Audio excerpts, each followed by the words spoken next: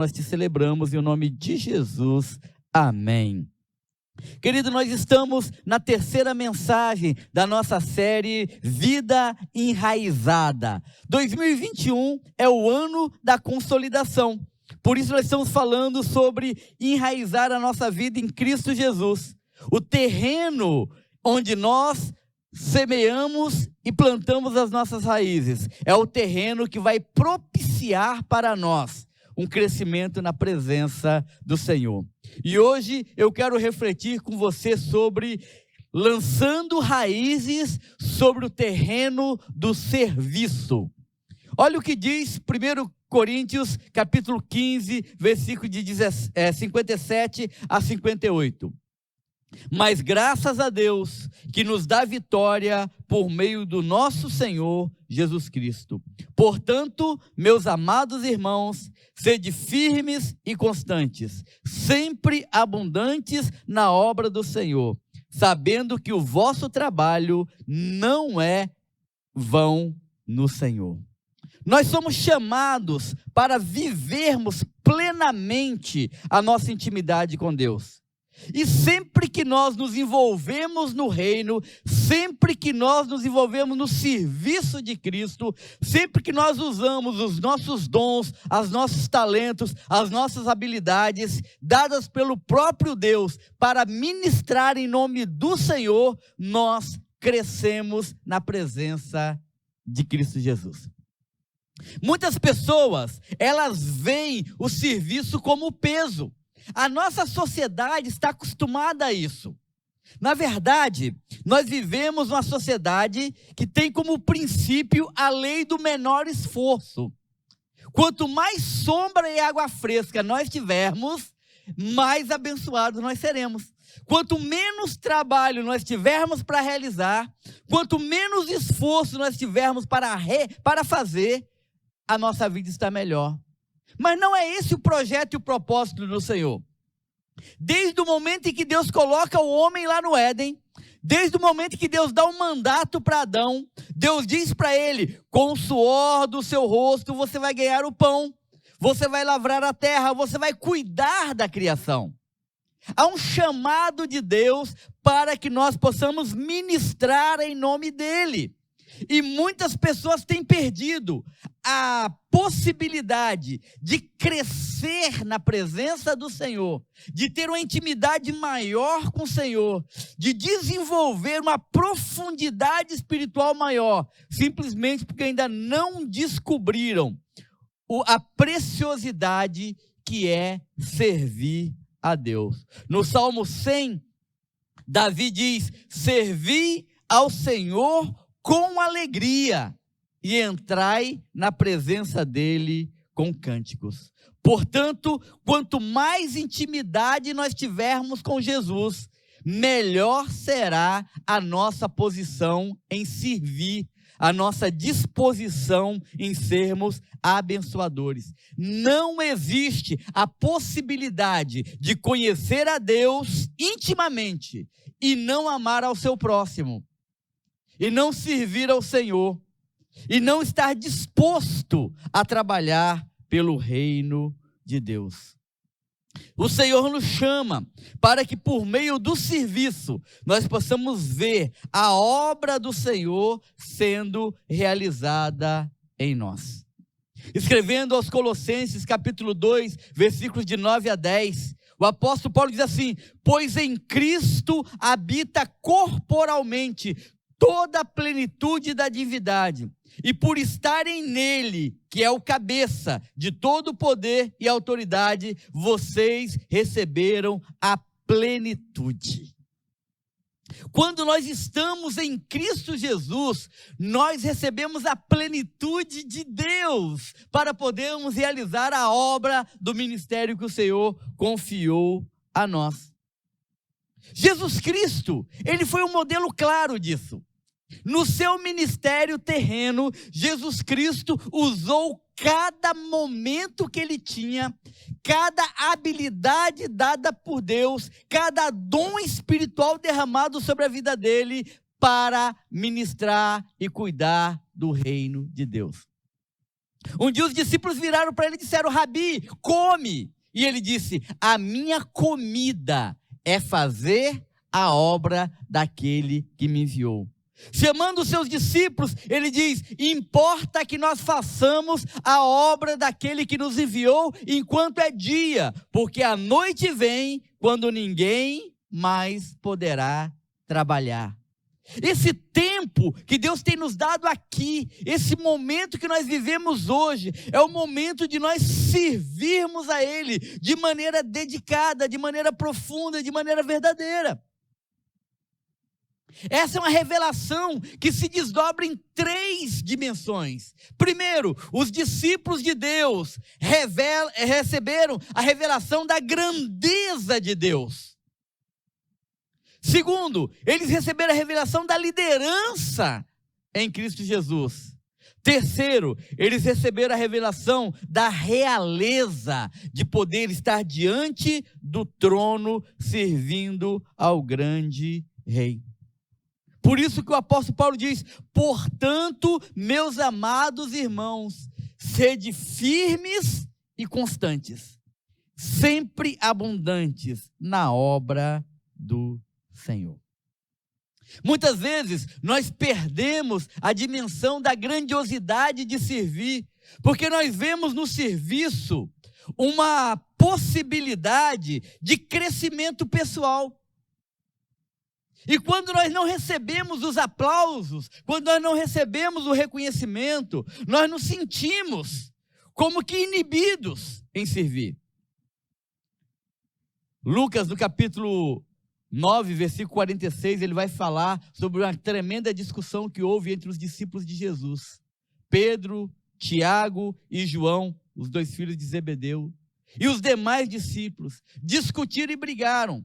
E o versículo 46 vai dizer por que eles brigaram. Começou uma discussão entre os discípulos acerca do qual quem era o maior entre eles. Querido, deixa eu te dizer uma coisa.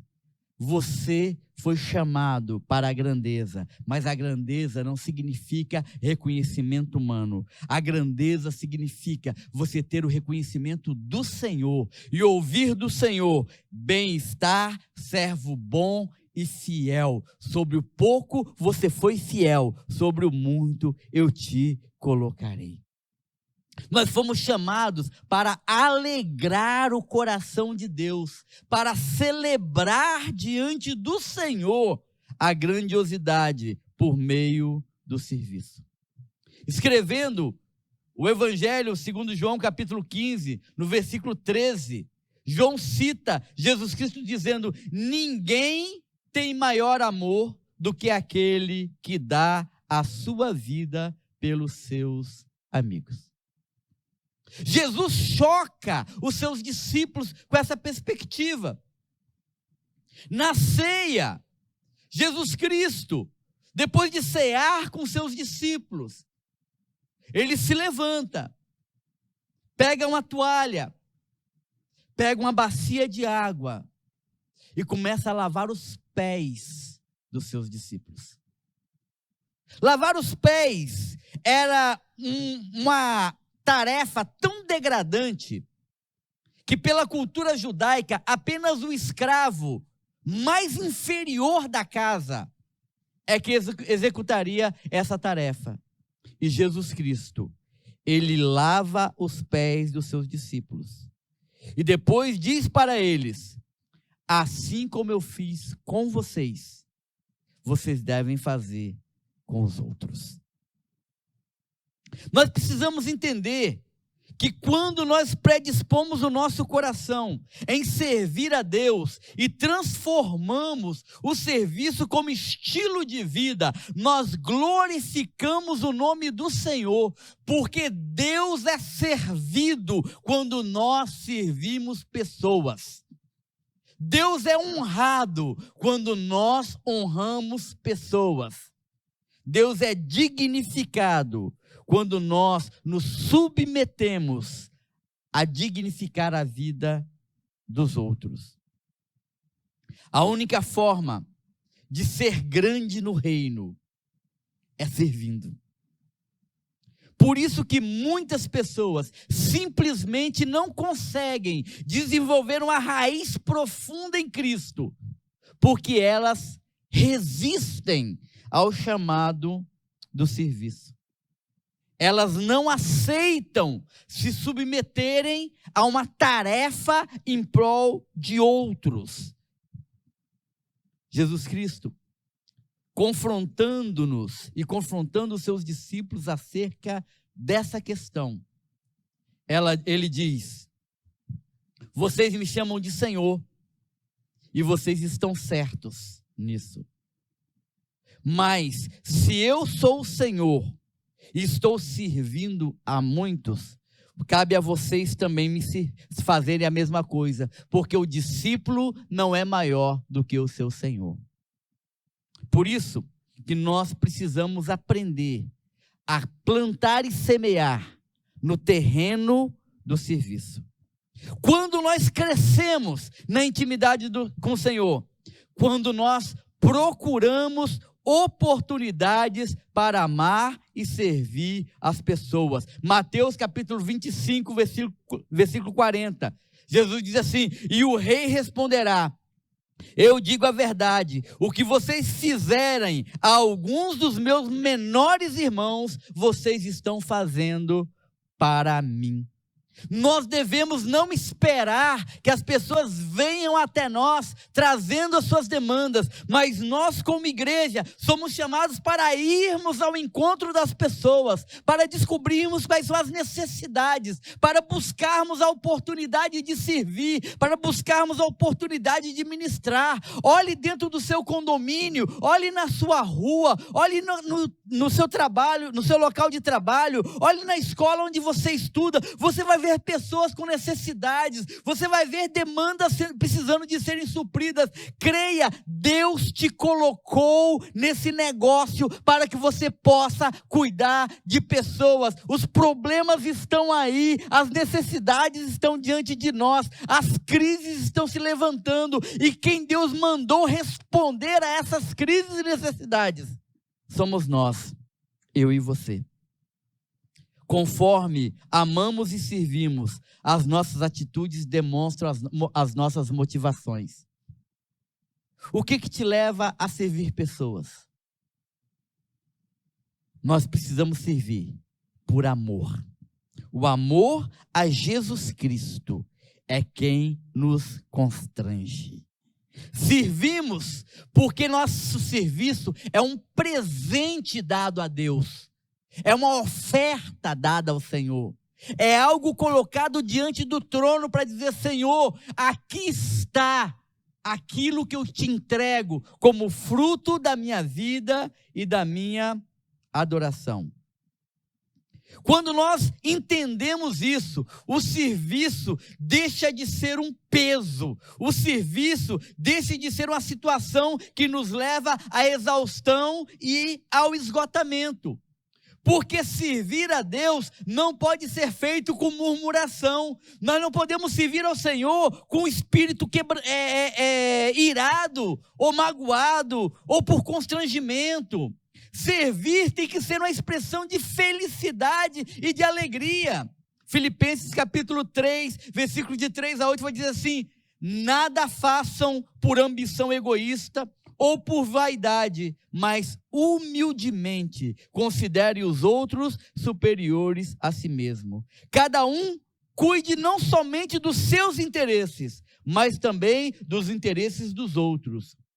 Seja a atitude de vocês a mesma de Cristo Jesus. O Senhor Deus, Ele não diz que nós não devemos cuidar dos nossos interesses. Não é isso que Ele diz. Mas Ele diz que nós devemos cuidar do interesse dos outros, como cuidamos dos nossos. Querido, você se preocupa com a fome dos outros, como você se preocupa com a sua fome? Você se preocupa com as crianças dos outros, como você se preocupa com as suas crianças? Você cuida das necessidades das pessoas, como você supre as suas necessidades? se servir a Deus está te esgotando, se servir a Deus tem exaurido as suas forças, se você tem feito do serviço um peso para você, tome cuidado para você não estar servindo pelas razões erradas. O solo da intimidade com Deus é o solo de um coração de servo. O solo da intimidade com Deus é o solo da disponibilidade de ministrar a graça na vida dos outros. Na intimidade com Deus, nós descobrimos a semente do amor. Por isso que o apóstolo Paulo, depois de investir 54 versículos falando sobre a eternidade, falando sobre morar no céu, ele termina dizendo: portanto, meus amados irmãos, sejam firmes e constantes, sempre abundantes no serviço, na obra do Senhor, sabendo que o seu trabalho não é vão no Senhor. O seu serviço vai produzir fruto. O seu serviço vai produzir resultado. O seu serviço vai produzir uma fé verdadeira, genuína e profunda. Porque enquanto você serve ao Senhor, Deus cuida da sua vida. Você quer viver uma vida de intimidade? Então viva uma vida de serviço. Que Deus possa te usar assim poderosamente em nome de Jesus. Vamos orar? Pai, tem misericórdia de nós. Repreende, ó Deus, essa filosofia que reina na nossa sociedade, da lei do menor esforço, de que não fazer nada é ser vitorioso. Ó Deus, que nós possamos nos revestir, ó Pai, de um espírito de servos fiéis, para fazermos a Tua obra, para manifestarmos a Sua graça, para expressarmos o cuidado e o amor do Senhor para com pessoas. Nos fortaleça, ó Deus, e que nós possamos crescer em intimidade com o Senhor, e que o Senhor, operando em nós, possa transbordar poderosamente em toda boa obra, para a honra e glória do Seu nome. Que nós possamos, ó Deus, manifestar o nosso amor por Ti, por meio da maneira como amamos e servimos ao nosso próximo. Que nós possamos ser enraizados no serviço, para a honra e glória do Seu nome. É o que pedimos em